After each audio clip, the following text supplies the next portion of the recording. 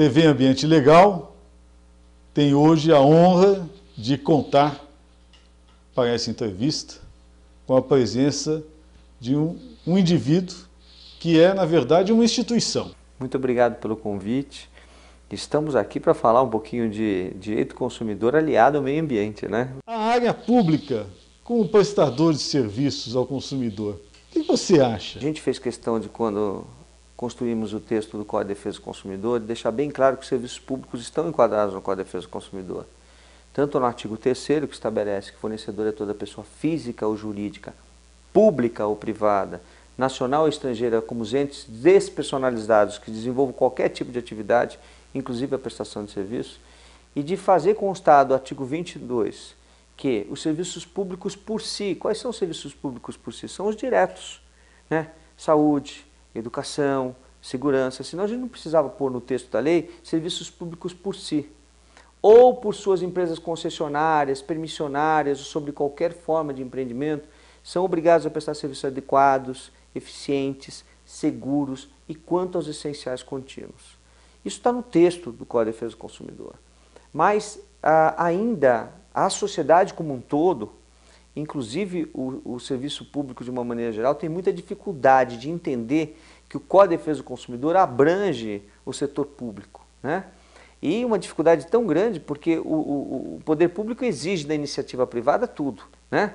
Exige da iniciativa privada acessibilidade para as pessoas com deficiência, exige qualidade na prestação de serviço, qualidade no fornecimento de produto, mas não cumpre nada disso. Para a administração pública, você não acha que falta, principalmente, planejar? Falta planejar com certeza absoluta, né? A média do transporte coletivo, do ônibus em São Paulo, é de 11 a 13 km por hora.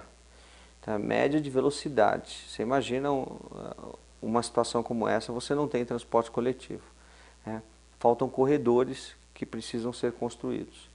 Mas o pior não é isso. O pior é a qualidade do transporte coletivo, né? Os ônibus são montados em cima de chassi de caminhão. A diferença é a seguinte: o montado em cima de chassi de caminhão foi feito para carregar carga e gado. É mola.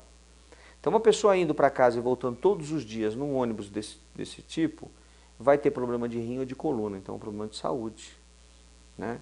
E é um permissionário de serviço público, como estabelece o artigo 22 do Código de Defesa do Consumidor. Então tinha que ter qualidade.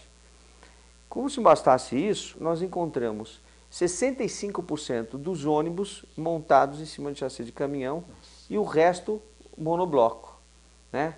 Agora, como o monobloco tem mais condição, ele tem suspensão, então nós vamos pagar a conta através do Sistema Único de Saúde e da Previdência, quando essas pessoas ficam, infelizmente, fora do mercado de trabalho porque tem problema de rim ou porque tem problema de coluna. Num país tropical, você não pode ter esse tipo de transporte sem ar-condicionado. Se você encontra ar-condicionado em todos os países do mundo que não são tropicais, dentro do ônibus. Porque as pessoas não podem ser transportadas num ônibus como se fosse uma latinha de sardinha, né? Todo mundo amassado. Então as pessoas não deixam os seus veículos em casa e não vão trocar o transporte coletivo, né, pelo seu veículo. A tarifa de táxi é extremamente cara, você precisa reduzir a tarifa de táxi para que as pessoas comecem a andar de táxi, como acontece em Nova York, por exemplo, você levanta a mão para 3 táxis do teu lado, né? Mas por quê? Lá a tarifa é barata. Você precisa fazer isso aqui. Agora, como é subsidiado, né, o transporte coletivo, né, o táxi também tem que ser. Então você precisa tirar o imposto, o ICMS, a parte da prefeitura de cima da gasolina do táxi, baixar o preço da gasolina para baixar a tarifa. Um táxi transporta em média 60 pessoas por dia. E aí entra na questão da oneração do cidadão, que é o controlar, né, e a discussão da inspeção veicular em São Paulo, né? Pois eu sou favorável à inspeção, não sou favorável à cobrança da inspeção, porque a gente já está pagando IPVA. Outro aspecto também que envolve esse direito do consumidor e o controle ambiental, que é a retirada das sacolinhas ou da possibilidade do consumidor receber do supermercado algum objeto que possa fazer com que ele transporte em segurança o produto que ele adquire, né? O que você acha? Você não acha que tem muita propaganda com verve ambientalista aí mas que na verdade não tem eficácia nenhuma para o ambiental e, no fundo, um grande dano ao consumidor? Bom, o dano ao consumidor existe, né? Com certeza absoluta, né? Por quê? Essa sacolinha já estava sendo cobrada. Então não vou me dizer que eles estavam dando para a gente, não estavam, já estavam cobrando e inserindo no alimento. Bom, mas eles tiram do mercado a sacolinha. E fica o quê? Fica nada. Mas aí eu te pergunto, você sabe se eles... Você viu que algum supermercado que baixou o preço porque retirou as sacolinhas dos caixas? Ou algum supermercado que doou, que está doando esse dinheiro para uma entidade de caridade? Ou que algum supermercado está doando esse dinheiro para o meio ambiente, do jeito que eles dizem que querem proteger o meio ambiente? É uma indecência essa lei municipal que foi aprovada, né? Os vereadores, infelizmente, foram induzidos ao erro, e eu já vi muito isso no Congresso Nacional. E aí eu te pergunto, né? Em direito ambiental, eu te pergunto, o saco plástico é mais grosso do que a sacolinha? Muito mais. Pois é, muito mais. Muito mais. Qual cria mais dano ao meio ambiente? O saco plástico, o saco de lixo, ou a sacolinha plástica que é fina, né? Que é reciclável. Por que ela é reciclável? Porque você usa para transportar o alimento e você usa para embalar o lixo também. Exatamente. Então é uma forma de reciclar, né? Você guarda em casa e você usa novamente. Então você está usando duas vezes uma coisa que você já pagou lá atrás. Nos armazéns é costume os ratos fazerem xixi em cima das caixas, né? Os insetos rasteiros passarem por cima das caixas, fora os produtos químicos que nelas são transportados, ou os produtos, né, in natura, ou carnes, peixes e uma série de outras coisas. Aí você pega aquela caixa extremamente contaminada, que você não sabe nem como foi guardado depois que foi retirado o produto de lá de dentro, e dá para o consumidor por o alimento que vai comer. É colocar alface na caixa que levou diabo verde, né? Exatamente. Então isso é péssimo. E a gente tem que rever esse processo. Eu estou fazendo um movimento na internet para ver se a gente começa a mudar esse quadro e fazer com que os supermercados voltem a respeitar o consumidor. E a segurança? Você não acha que isso também é uma relação de consumo muito maltratada aqui? Sem dúvida nenhuma. E tanto é uma relação de consumo que há algum tempo atrás um vizinho meu que é advogado também, ele me ligou e disse, olha, acabei de ser assaltado aqui na Avenida Faria Lima e estava com um bug ali no braço, e o que eu faço? Eu falei, e tem um policial ali fazendo policiamento de trânsito, eu pedi ajuda para ele, disse que não pode sair do local onde ele está. Falei, anota o nome dele, faça um boletim de ocorrência na delegacia de polícia, vamos entrar com uma ação contra a Fazenda Pública.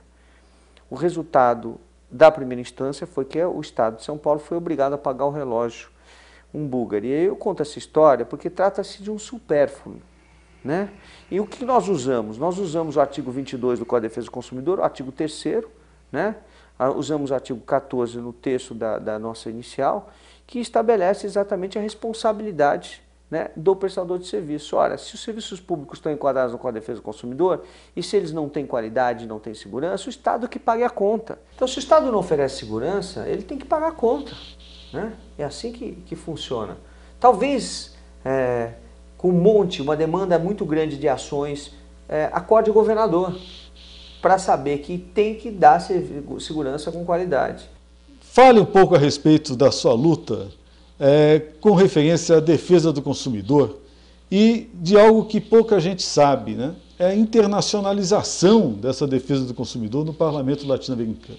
Como eu era formado em Direito, eu tive uma facilidade de levar para a televisão, né, o texto legal. Como você sabe, o direito brasileiro é interpretativo e é muito difícil para uma pessoa leiga entender o que está no texto da lei. Então eu comecei a traduzir isso. Olha, os seus direitos são esses. Primeiro na área de saúde, depois abrindo para todos os outros segmentos da sociedade.